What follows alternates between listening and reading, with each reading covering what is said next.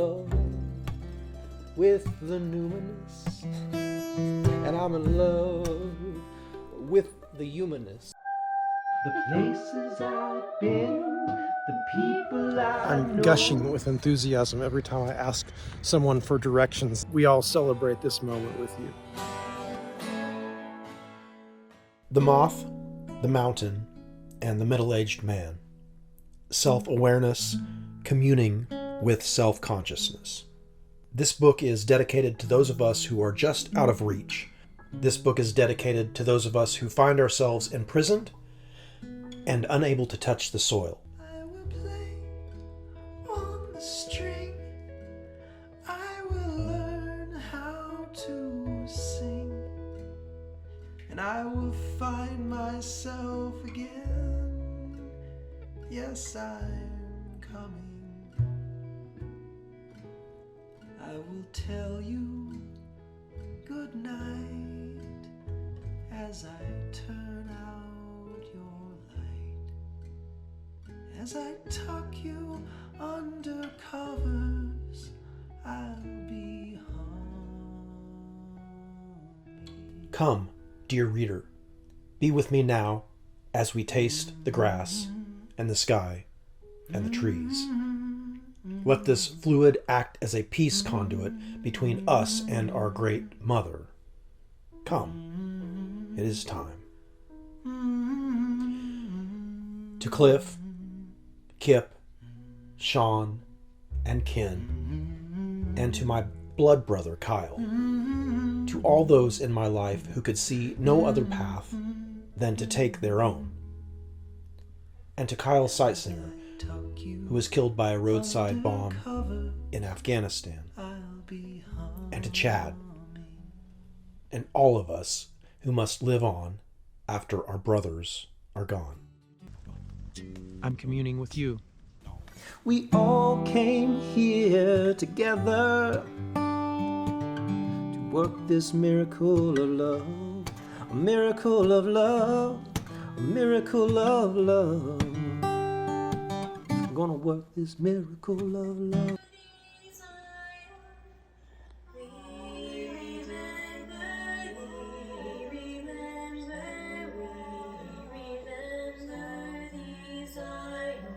Rites of passage require us to overcome fear. To overcome fear, we must disidentify with our shadow. This shadow work leads us into a conversation with our deepest shame. Shame that was born from our collective lack of love. We have forgotten how to hold one another rightly. This is an invitation to be held. This is an invitation to be born again. This is the good news of salvation as expressed through this particular manifestation of consciousness, which I have called me. There are ideas which seep into the soil that is our collective human consciousness.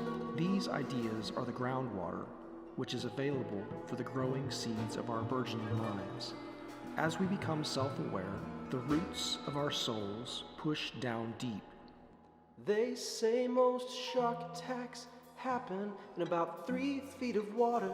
However, if the waters are poisoned, That's not what I told my daughter with fear, when she asked about the dangers out there. no amount I told her there's no reason to be scared. of these ideas, Come on in, the water's nice and cool.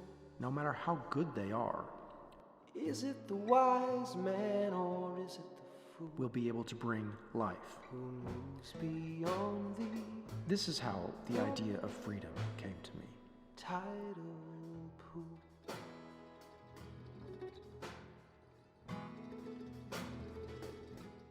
Inside Stone. The child who broke. The one who woke up crying. A lovely journey. Book of the Ageless Ophidian, Chapter 9, verse 15. Translated by Shogyam Trinpan. In the thick air of a cool basement, 2 boys faced one another. They unzipped, engaging each other in a playful sword fight of sorts. The sun's rays angled in through a half-hazed window. "We need to get some girls down here," says the taller of the two. A disturbance causes the smaller boy to turn quickly and face slowly arcing dust motes traveling through the white light. The sound of the opening door from the top of the stairs jump-starts the two boys' already elevated heart rates. Stairs creaking under feet, the small boy's grandma chides sharply.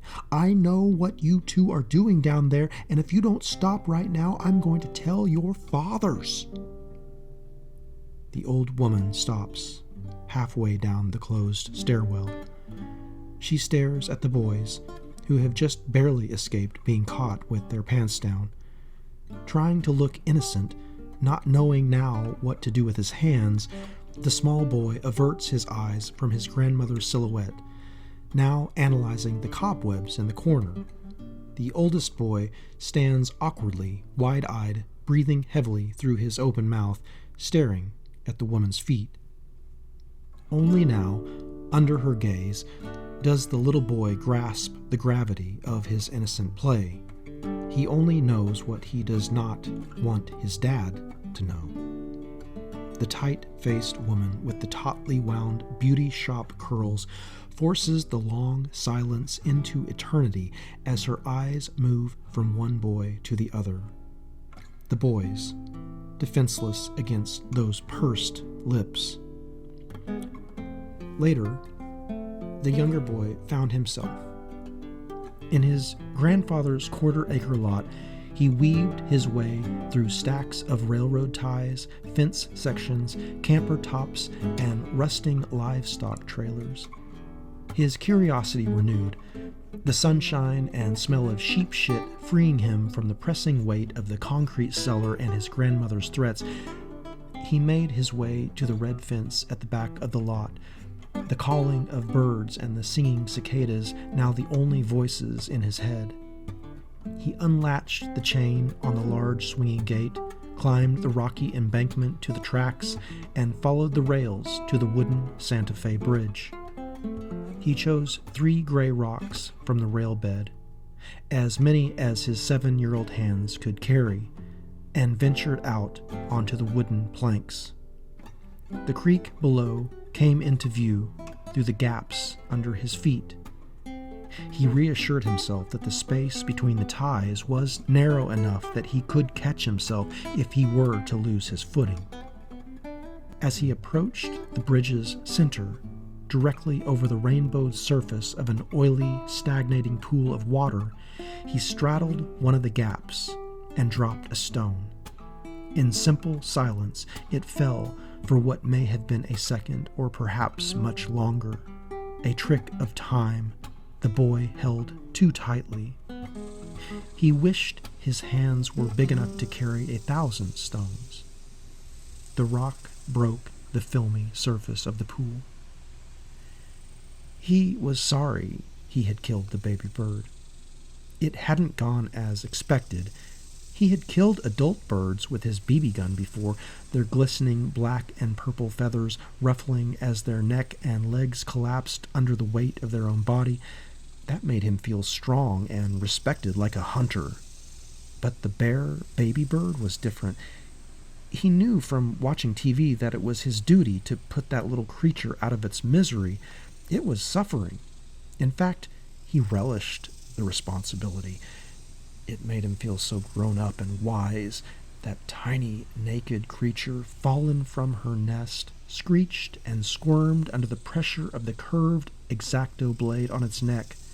Halfway through the surprisingly sinewy flesh, perplexed and horrified, the boy felt the warm, red blood on his hands, but the baby would not die. The boy stood and ran before he'd completed the ceremony, dirt on his knees, the pitiful, writhing life form still squirming on the brick altar. He pushed open the screen door and clambered quickly up the stairs to his mother's room.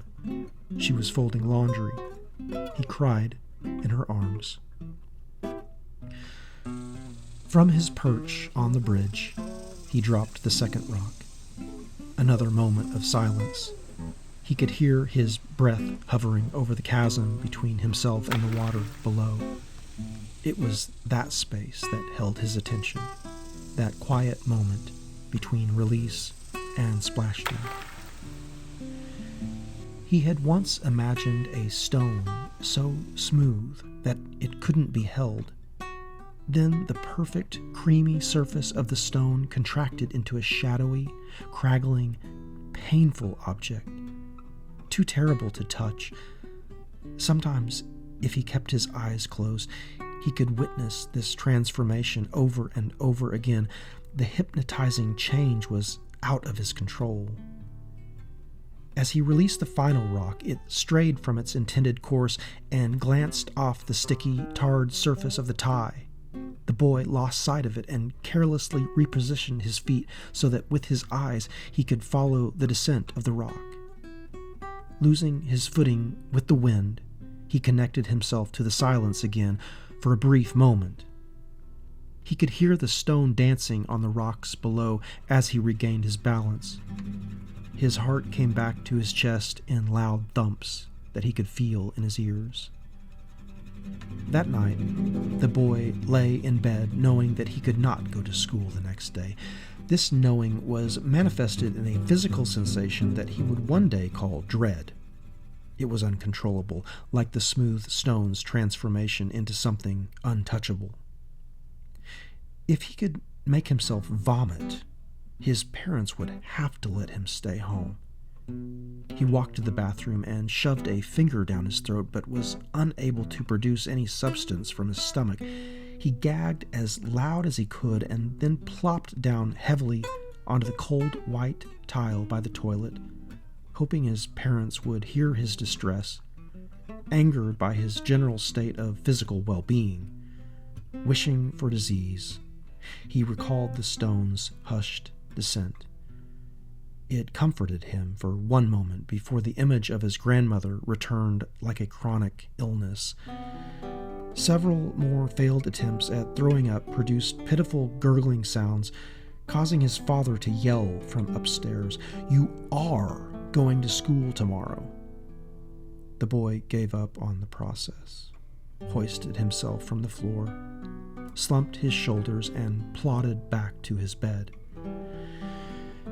He lay on his back, pulled the covers up to his chin, and focused his attention on the cracks in the ceiling.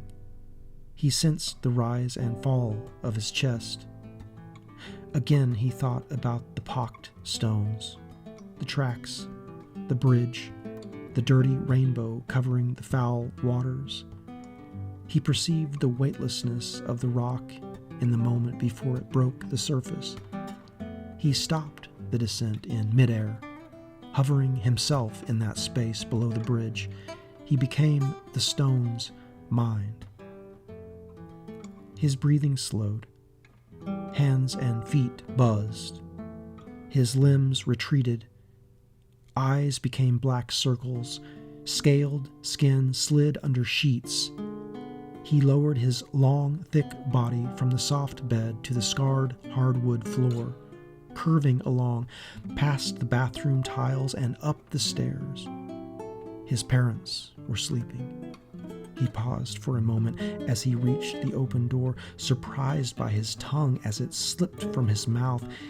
He could taste his parents' breath and sweat in the air, hanging thick. He slid forward now, under their bed.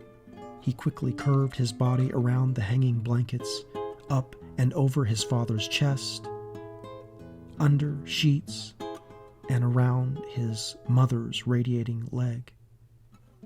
Entwined with the two, he rested, perfectly still, perfectly silent, his scaled skin detecting what had before been unknowable. He remained there for the time it takes a stone to fall. Then, as quickly and quietly as he had come, he unwound himself from their unconscious bodies and lowered his body onto an oval rug. The reticulated form found its way to the laundry chute and spiraled down the smooth walls to the cellar, where it curled in a corner next to the water heater, motionless, in a deep reptilian meditation, breathing long, slow breaths.